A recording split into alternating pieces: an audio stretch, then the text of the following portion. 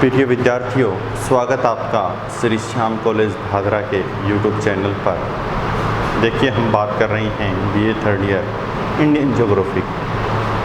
Indian geography के अंतर्गत हमने देखा था कि जो हिमालय पर्वतीय प्रदेश है उसका विस्तार, उसकी विशेषताएं, उसकी संरचनाएं और उसके बाद में प्रायद्वीपीय पठार हमने बात की। फिर हमने बात की उत्तर के विशाल मैदान। तो देखिए, हमने 3 भौतिक प्रदेशों के बारे में अध्ययन किया था भारत की दृष्टि से। अब हम जो नेक्स्ट जो भौतिक प्रदेश हैं, तटीय मैदान और द्वीप समूह हैं, उसकी बात करेंगे। तो सबसे पहले हम बात कर रहे हैं तटीय मैदान की। इसके अंतर्गत देखेंगे किस प्रकार की विशेषताएं पाई जाती हैं, किस प्रकार यहाँ पर तट पाए जाते हैं, कौन कौन से जो तट हैं वो अवस्थित हैं, क्या तटों में भिन्नता पाई जाती हैं। इस प्रकार की सारी विशेषताएं हम यहाँ पर देखेंगे। तो चलिए हम बात करते हैं तटीय मैदान की।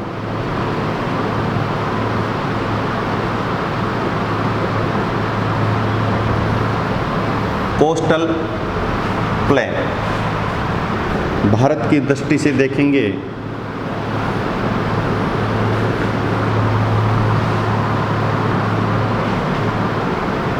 तो हम यहाँ पर देख रहे हैं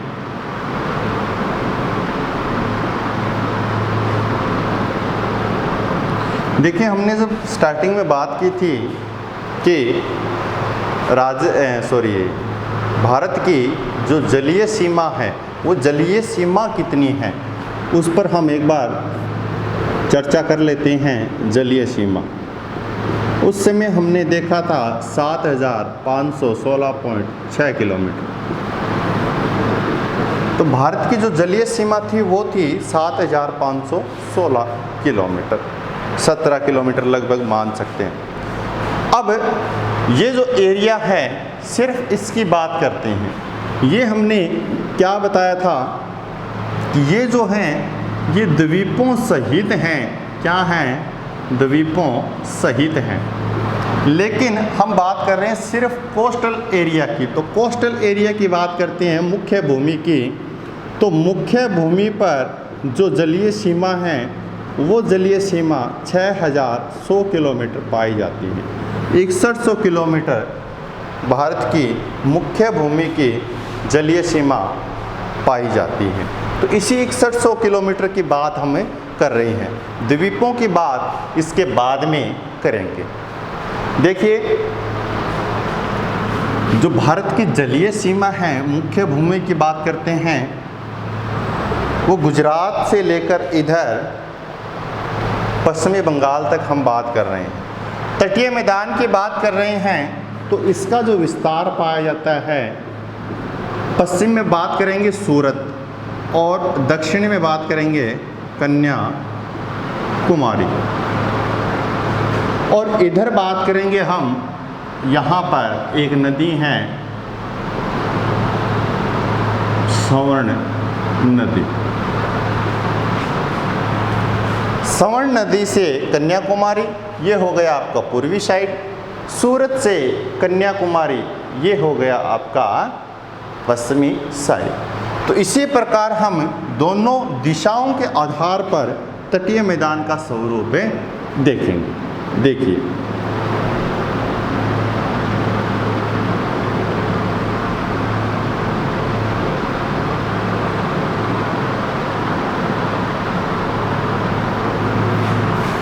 ये हो गया आपका पश्चिमी तटीय मैदान, ये है पूर्वी तटीय मैदान। इन तटीय मैदानों का विस्तार हमें पता चल गया है कहाँ से कहाँ तक है। पश्चिमी तटीय मैदान है सूरत से कन्याकुमारी, और पूर्वी तटीय मैदान है स्वर्ण रेखा नदी से लेकर, ये ओडिशा में है स्वर्ण रेखा नदी, ओडिशा, यहाँ से लेकर तमिलनाडु में नीचे कन्याकुमारी तक पूर्वी तटीय मैदान का विस्तार पाया जाता है। ये हो गया इसका विस्तार। स्थिति की बात करते हैं,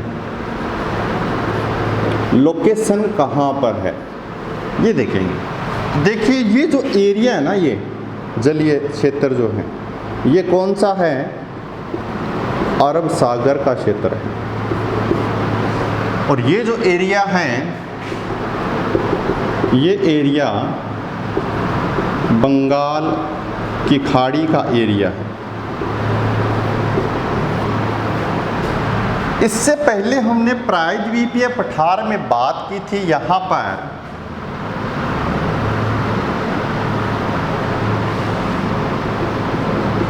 ये थोड़ा बड़ा स्वरूप आपको दिखाई दे रहा है, लेकिन समझने के लिए काफ़ी है। इन क्षेत्रों की बात पहले भी कभी की थी हमने। पश्चिमी घाट प्रायद्वीपीय पठार में, पूर्वी घाट, ये बात कर चुके हैं पहले हम। तो स्थिति की बात करते हैं, लोकेशन की बात करते हैं। तो लोकेशन हो गई पश्चिमी तटीय मैदान की जो लोकेशन है, वो लोकेशन हो गई अरब सागर। ये अरब सागर का क्षेत्र है। अरब सागर और पश्चिमी घाट के मध्य का जो भाग है वो क्या कहलाता है? पश्चिमी तटीय मैदान। इसी प्रकार पूर्वी तटीय जो मैदान है वो पूर्वी घाट और बंगाल की खाड़ी के मध्य का भाग है। अब निर्माण से संबंधित बात करेंगे। इनका निर्माण किस प्रकार से हुआ? एक समय आता है इयोसीन काल। इयोसीन काल में इन तटीय मैदानों का निर्माण हुआ। किस क्रिया के कारण हुआ है? देखिए,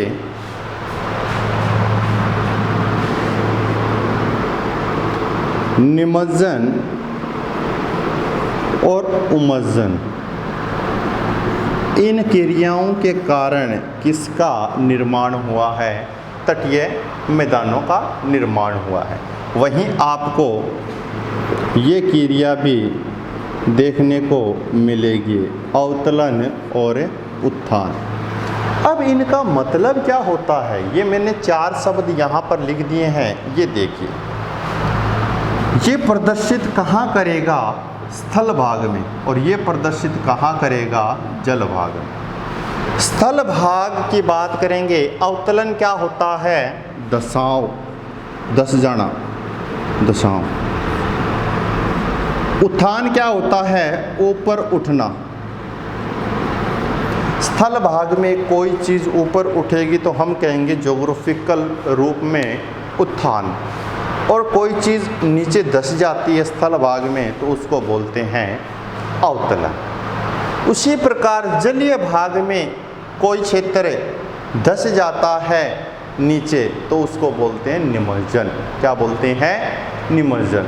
और कोई भाग ऊपर उठ जाता है जलीय भाग में, उसको बोलते हैं उमज्जन या निर्गमन भी बोलते हैं। जलीय क्षेत्र में उमज्जन। तो ये आपको 4 शब्द देखने को मिल रहे हैं, इसको अच्छी तरीके से समझ लेना। इन्हीं क्रियाओं के द्वारा इन तटीय मैदानों का क्या हुआ है? निर्माण हुआ है। अब देखिए, यहाँ पर कुछ विशेषताएं देखने को मिलती हैं। विशेषताओं के अंतर्गत हम बात करते हैं, यहाँ पर खारा जल पाया जाता है। और खारा जल का मतलब यहाँ पर लेगून, झीलें मिलती हैं जो प्रवाल नाम के जीव से निर्मित होती हैं।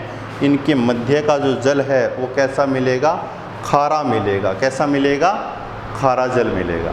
तो ये लेगून जो झीलें हैं ये कहाँ पर अवस्थित हैं? कौन से मैदानों में पाई जाती हैं? ये देखिए। तो देखिए, मालाबार का जो तट है इस एरिया के अंतर्गत पश्चिमी तटीय मैदान में मालाबार तट पर एक विशेष स्थलाकृति मिलती हैं।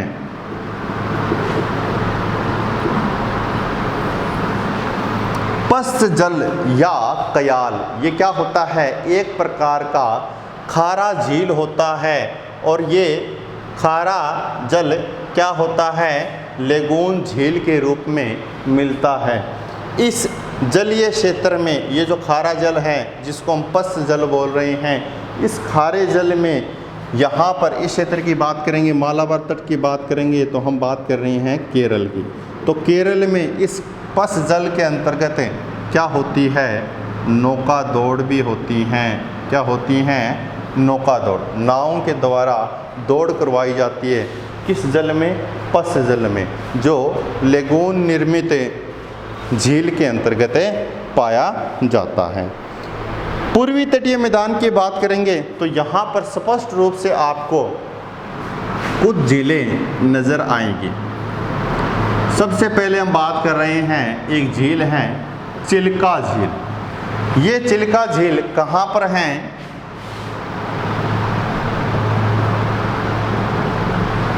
ऐसे एरिया को समझ मत जाना कि भी इतना एरिया डिवाइड किया हुआ है। डिवाइड करने का मतलब जो आपको डिफरेंस दिखाई दे रहा है, उड़ीसा यहाँ भी, मैप में थोड़ा बहुत सही नहीं भी ड्रॉ किया जाता है, लेकिन आपको बता देता हूँ जो चिल्का झील है वो झील कहाँ पर है, उड़ीसा के क्षेत्र में है। और ये भारत की सबसे बड़ी लेगून झील है। कौन सी झील है, चिल्का झील। इसके बाद में दूसरी जो झील आती हैं वो आती हैं कोलेरू।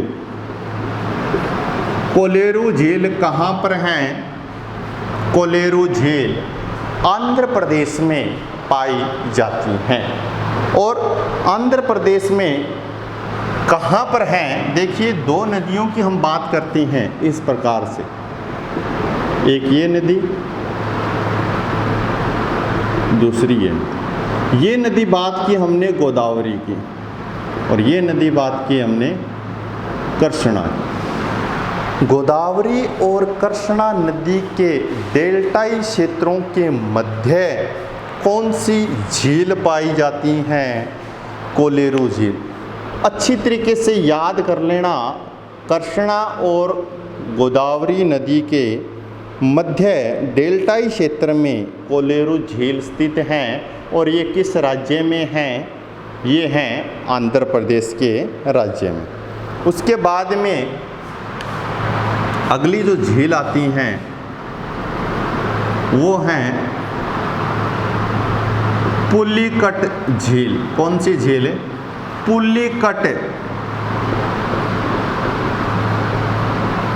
पुलिकट झील। ये कहाँ पर हैं, ये भी आंध्र प्रदेश में है। लेकिन इसकी एक विशेषता है, वो विशेषता क्या है, वलयाकार लेगून झील। वलयाकार लेगून झील। देखिए प्रवाल जो भित्ति होती हैं वो 3 प्रकार की होती हैं।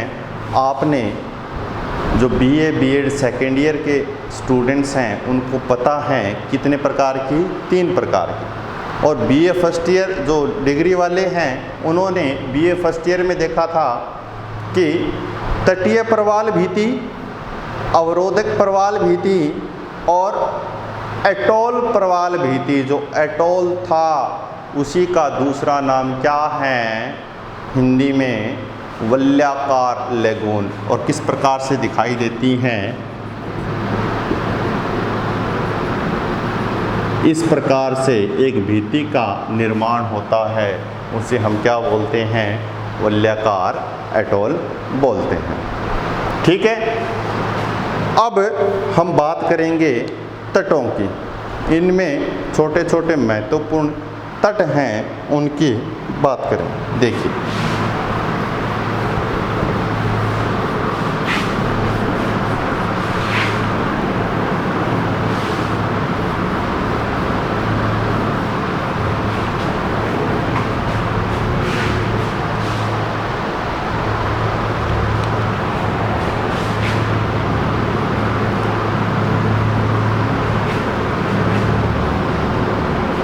सबसे पहले हम बात कर रहे हैं पश्चिमी तटीय मैदान की।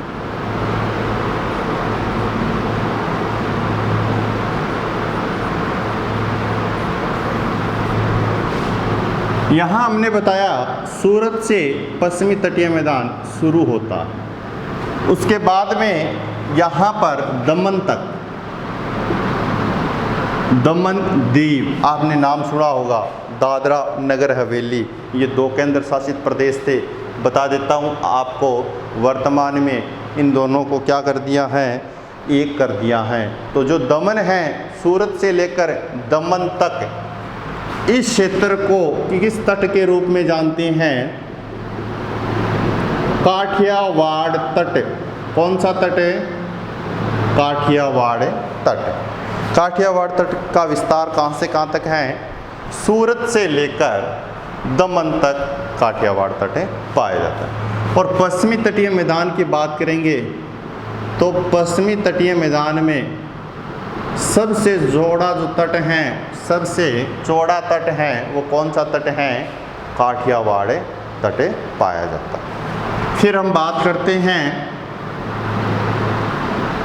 यहाँ पर गोवा, गोवा की बात करते हैं। दमन से लेकर गोवा तक ये जो क्षेत्र हैं, ये किस तट के नाम से जाना जाता है, कोंकण तट के नाम से जाना जाता है। अब कोंकण तट का विस्तार कहाँ से कहाँ तक है, कोंकण तट का विस्तार है दमन से लेकर गोवा तक, ठीक है। और ये जो तट हैं, ये सबसे संकरा तट माना जाता है। संकरे का मतलब बिल्कुल पतला एरिया है। यहाँ पर जो चौड़ाई है तट की, वो बहुत कम पाई जाती हैं।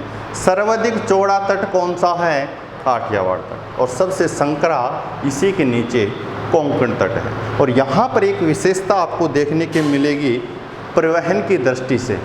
जो कोंकण रेलवे है महाराष्ट्र के अंतर्गत, महाराष्ट्र में यहाँ मुंबई से लेकर मंगलोर तक रेलवे पाया जाता है, जिसको हम कोंकण रेलवे कहते हैं।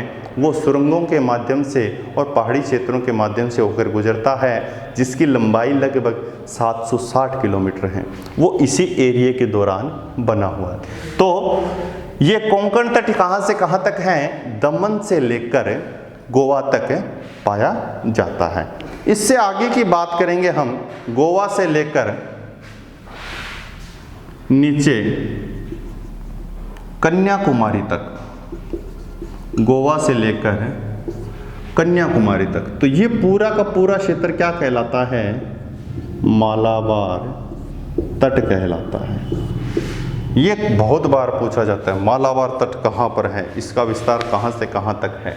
तो देखिए, मालाबार जो तट है, ये गोवा से लेकर कहाँ तक है, कन्याकुमारी तक पाया जाता है।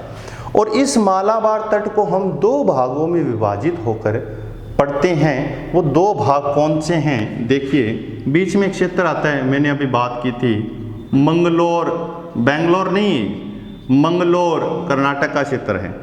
तो गोवा से मंगलोर तक इसे कन्नड़ तट के नाम से जाना जाता है।